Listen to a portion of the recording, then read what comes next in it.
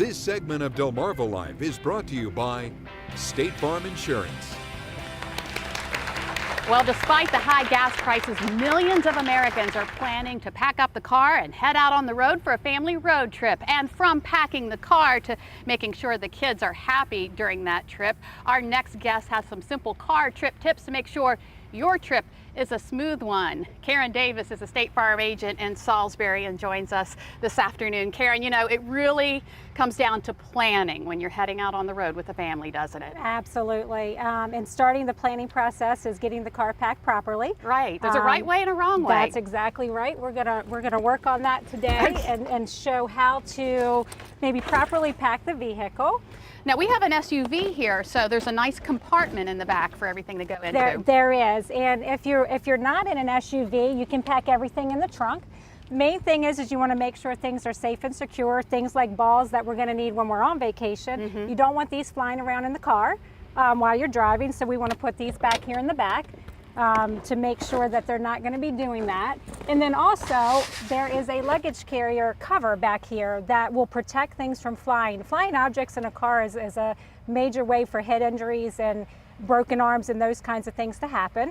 So this will help protect that from occurring. If you don't have a car cover, there's nets that are available that you can use to strap things down. Right. And also putting things in a trunk. You just don't want things to be in the car that can cause injuries. Right, you don't want things packed in the middle between the seats and everything. Absolutely. And you also want to keep the flying object possibilities away from the kids because they could get bored as they're driving down the road. So. Absolutely, it happens. Okay, so summertime is a time when our cars really take a beating as far as the engine. So you want to make sure that it's ready for the road trip, right? Yes, absolutely. And some of the things that you want it to do is to check tire pressure. Make sure that is at standards. I suggest and recommendations are to go to your local mechanic, check the oil, the air conditioning unit. It's going to be very hot. You know, these 100-degree days, it's a strain on the engine and the air conditioning system.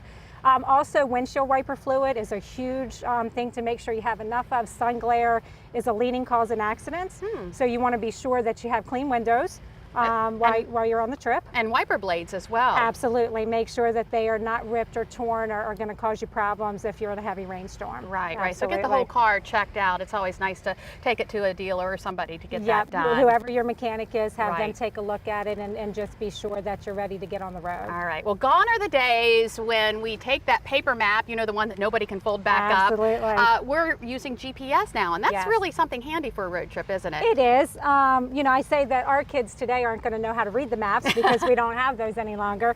But having the GPS on the trip, if you do get lost, we've all heard those words, recalculating. Yeah. So, you know, it's going to get you back on track. So, you know, alleviate some frustration. Couple recommendations is have the coordinates set in the GPS before you leave home. Know a little bit about the area that you're going to be traveling through so that you can set a plan maybe for restaurants, and this is a great source to be able to look at this and pull up local things to do, restaurants that are available, and have someone in the car that can help you navigate the GPS, because you definitely do not want to be driving and have to worry about taking your eyes off the road. Absolutely. Right, right. Absolutely. And speaking of restaurants, you know, when we go on a road trip, my kids think that it's a ticket to all the fast food restaurants along the highway, but that can get expensive and unhealthy. It can. So some great tips for that. One of the things that we recommend is packing a cooler. That way we can do the waters and the fruits and the vegetables and pack sandwiches, those kinds of things. Some tips for if you are going to eat out on the road, look for places that have free kids days. Lots of places have meals, you know, on Wednesdays kids eat free, those kinds of things. Also, if you're staying at a hotel, look for hotels that have free breakfast. Just helps save on cost, and that's money you can use to actually enjoy the vacation instead of worried about eating. Absolutely. All right, so you have kids, you know this. You get 20 miles down the road and you hear, are we there yet? It's really important to have a plan to keep the kids engaged and busy during the trip, isn't it? It is, and you're lucky if you get 20 miles down the road. My experience is less than that. So obviously now in the world of technology, we have DVD players that we can set up in the car. We also have, you know, the iPads and the Game Boys and those kinds of things. Some fun things to do other than electronics. One is plan the electronics out because they even do get bored with that. But then also think about some of the games we played as when we were children, spotting license plates and having a scavenger hunt while you're driving down the road and those kinds of things. So that's some fun things to kind of throw in. Okay, and sometimes we just don't even bother with our car. You rent a car to take on vacation. What are some tips for that? Well, there's several things. One is you want to first check with your insurance and make sure that you have proper coverage that will carry over to the rental car. You don't want to pay for unneeded or spend unneeded money unnecessarily to get insurance if your insurance is going to provide that protection. So check with your insurance company. Also, you want to, when you go to get the car, look at the size. You want to be sure that it's going to be big enough. I know we all pack neatly, which we just did getting there. Things seem to expand on the way home. Sure. So make sure that you're going to have enough room to actually enjoy and be comfortable. And then do a really nice walk around the car before you leave the parking lot with the rental. You don't want to be you don't want to be accused of creating damage that possibly was already there. All right, Karen Davis, State Farm agent in Salisbury, thank you so much. All good information when you're heading out on your road trip this summer. And if you'd like more information on anything we talked about and more information on State Farm Insurance, go to our website, delmarvalife.com. Click on the show tab located on the left side of the page. Jimmy?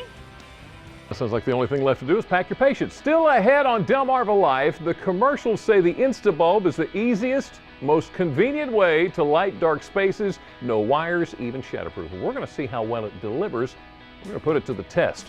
Plus, it's been around for 329 years and is still going strong. The Oxford Bellevue Ferry has staying power, to say the very least. Brian Spiros is in Oxford this afternoon with more on the ferry. Brian, there's an interesting story that involves two of the captains.